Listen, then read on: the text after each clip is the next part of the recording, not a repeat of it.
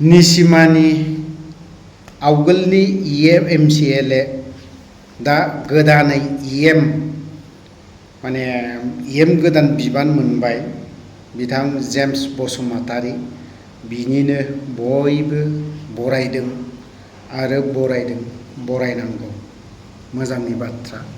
तो आवगोलो बिसिबांबा बोसोर 5 बोसोर सरकार गैयि समाव एमसिएलएल' जाना थादों होनबाबो बियो इउपिपिएल थाङासै।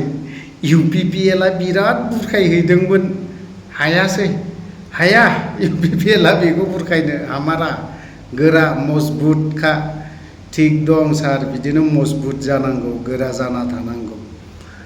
आरो गेजेराव फरेस्ट बारग' नैलै आवगोलनि इउपिपिएलनि समाव इएम मोननाय फरेस्ट डिपार्टमेन्टखौ रन्जित बसुमतारी बेथ' ओरैबायदि जुद्ध गेलेदोंमोन आयौ आयौ आयौ आयौ आयौ बेखि हायो जेम्स बसुमतारी सारजों निसिमायाव जेरैबायदि रोदा रोदा हाबग्लिनानै थानाय बिपिएफनि सोद्रोमा गोजा रन्जित बसुमतारीया बावहाय माबा गोदान हादाननो माबा हाग्रा एवफैला बायदों जायाफ्रा मानो गाग्लाब जेननानै थाबाय।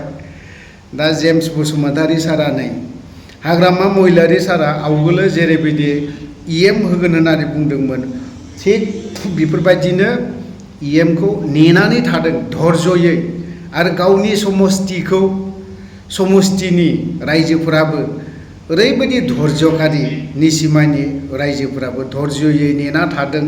दा इएमआ ग्रां फैबायबो।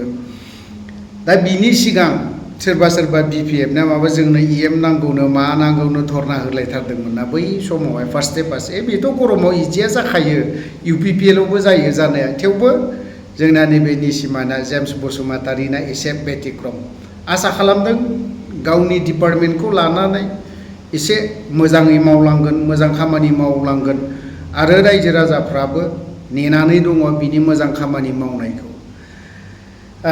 आं गोलाव बाथ्रा बुङा जेम्स बसुमतारी सारनि माखासे बरायनाय हाबाफारिखौ आं नोंसोरनोसो एसे खोन्थालांनो सानदों।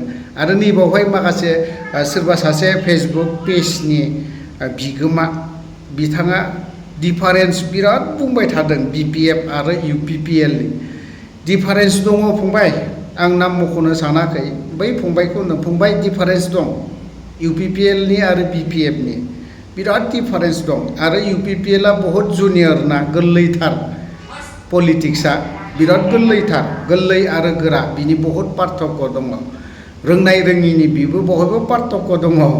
आं गोलाव बाथ्रा बुङा बेल'नो पार्थक्य बहुत दं बिपिएफ आरो इउपिपिएलनि। बिपिएफआ बेसेबां बैसो गोरा आरो इउपिपिएलआ बेसेबां बैसो गोरा बावहायनो एसे हमदांनानै मोनो। गोलाव बाथ्रा बुङा जेम्स बसुमतारी सारनि माखासे बरायनाय हाबाफारि बेखौसो एसे नायनानै लानि।